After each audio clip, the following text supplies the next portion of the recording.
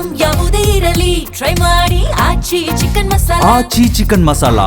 ಕಾಂಗ್ರೆಸ್ ಸರ್ಕಾರ SC ST ಮೀಸಲಾತಿಗೆ ಕತ್ತರಿ ಹಾಕಿದೆ. SC ST ಜನಾಂಗಕ್ಕೆ 56% ಮೀಸಲಾತಿ ಇತ್ತು. ಆದರೆ ಕಾಂಗ್ರೆಸ್ ಸರ್ಕಾರ ಮೀಸಲಾತಿಯನ್ನು ಕಟ್ ಆಫ್ ಮಾಡಿದೆ ಅಂತ ಚಿತ್ರದುರ್ಗದಲ್ಲಿ ಮಾಜಿ ಸಚಿವ ಶ್ರೀರಾಮುಲು ವಾಗ್ದಾಳಿ ನಡೆಸಿದ್ದಾರೆ. ಆಡಳಿತ ಪಕ್ಷದ ದಲಿತ ಶಾಸಕರು ಈ ಬಗ್ಗೆ ಮಾತನಾಡ್ತಾ ಇಲ್ಲ. ಒಳ ಮೀಸಲಾತಿಗೆ ಕೋರ್ಟ್ನಿಂದ ಸ್ಟೇ ಇದೆ. ಹೈಕೋರ್ಟ್ನ ವಕೀಲರು ಸಮರ್ಥ ವಾದ ಮಂಡಿಸಿಲ್ಲ.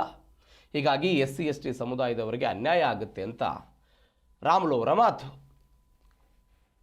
ಭಾರತೀಯ ಜನತಾ ಪಾರ್ಟಿ ಇಡೀ ರಾಜ್ಯದಾದ್ಯಂತ ಇವತ್ತು ಒಂದು ತೀರ್ಮಾನ ಅಂದರೆ,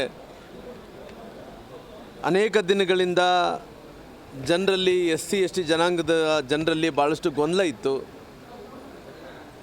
ಏನು ಇವತ್ತು SC ST ಜನಾಂಗದ ಹಿಂದುಳಿದಂಥ ಜಾತಿಗಳಿಗೆ 56% ಏನು ಮೀಸಲಾತಿ ಇತ್ತು, ಅದನ್ನು ಸರ್ಕಾರ 6% ಕಡಿಮೆ ಮಾಡಿ 50% ಮೀಸಲಾತಿಯನ್ನು ಕಟ್ ಆಫ್ ಮಾಡೋಂಥ ಕೆಲಸ ಆಗಿದೆ. ಬೇರೆ ಬೇರೆ ಕಾರಣಗಳಿಂದ ಕೋರ್ಟ್ಗೆ ಹೋಗಿದ್ದಾರೆ. ಕೋರ್ಟ್ ಮುಖಾಂತರ ಅಲ್ಲೇನೋ ಪಾರ್ಷಲಿ ಸ್ಟೇ ಆಗಿರೋ ಕಾರಣ 50% ಮಾಡಿಕೊಂಡು ಸುಮಾರಾಗಿ 50,000 ಹುದ್ದೆಗಳನ್ನು ನೇಮಕಾತಿ ಮಾಡೋಂಥ ಕೆಲಸ ಆಗ್ತಾಯಿದೆ.